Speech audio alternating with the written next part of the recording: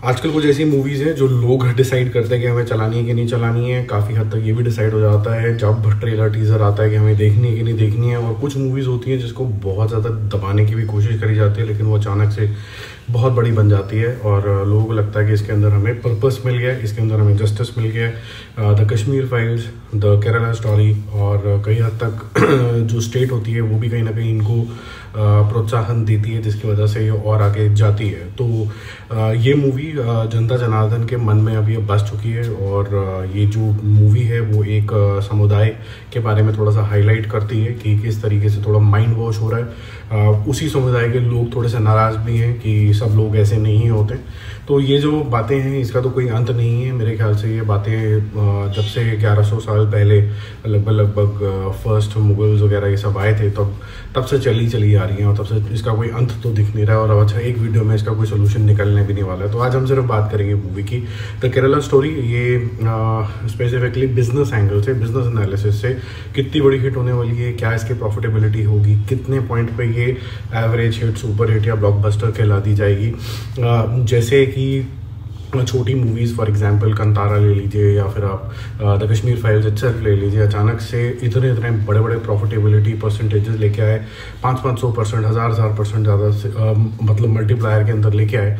तो यहाँ पर क्या मल्टीप्लायर आने वाला है उसके बारे में बात करेंगे।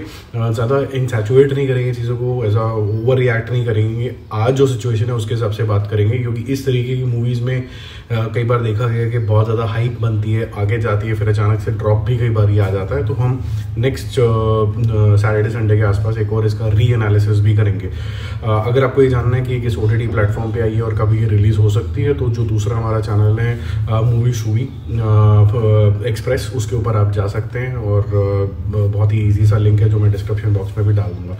बाकी इसका जो OTT एनालिसिस है वो यही है कि ये ZEE5 के पास है और जी नेटवर्क की कोशिश कर रहा है कि उसको वो सारी की सारी मिल जाए, चाहे TV राइट्स हों, सैटेलाइट राइट्स हों, जिसकी डील लगभग 30 करोड़ रुपए की होने वाली है। अब जो इसकी मेकिंग कॉस्ट है अगर हम उसकी बात करें तो वो लगभग थी 28 करोड़ रुपए। 15 करोड़ रुपए इसकी लागत लगी थी प्रमोशंस के लिए।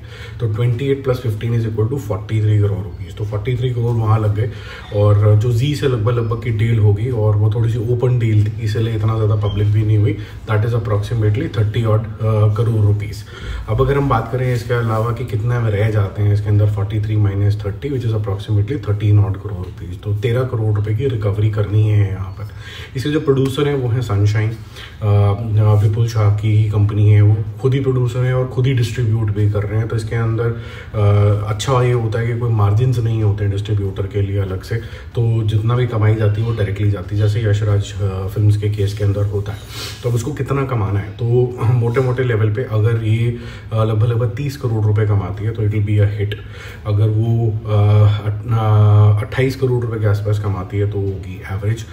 65 से 68 करोड़ रुपए अगर कमाती है तो हो जाएगी सुपर हिट। और उसके बियॉन्ड अगर ब्लॉकबस्टर के लाना तो 80 करोड़ रुपीज़ के आसपास इसको बिजनेस करना होगा। अब थोड़ा सा अगर पुल बैक करें कि डे 1 का जो कलेक्शन था वो लगभग 8 करोड़ था, डे 2 का जो कलेक्शन था वो करीबन 11 करोड़ था, तो टोटल हो गया था 19 करोड़ रुपीज़ नेट की मैं यहाँ पर बात कर रहा हूँ।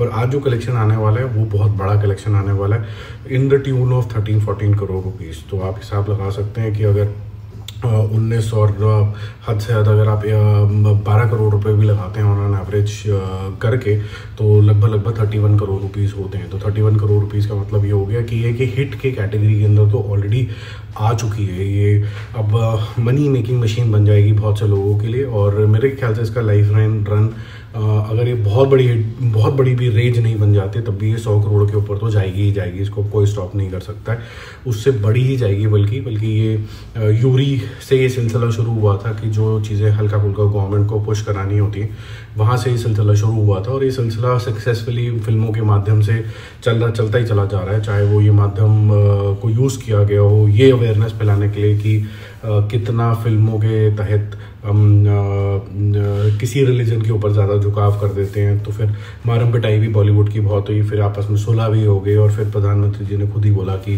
पठान देखने जाओ। तो वो सब चीज़ें भी चल रही हैं यहाँ पर।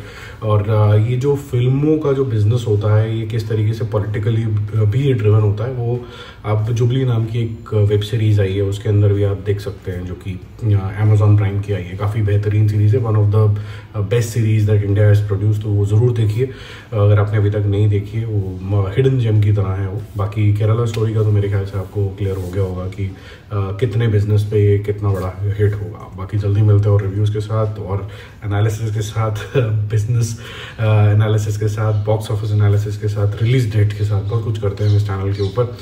Stay connected, bye bye.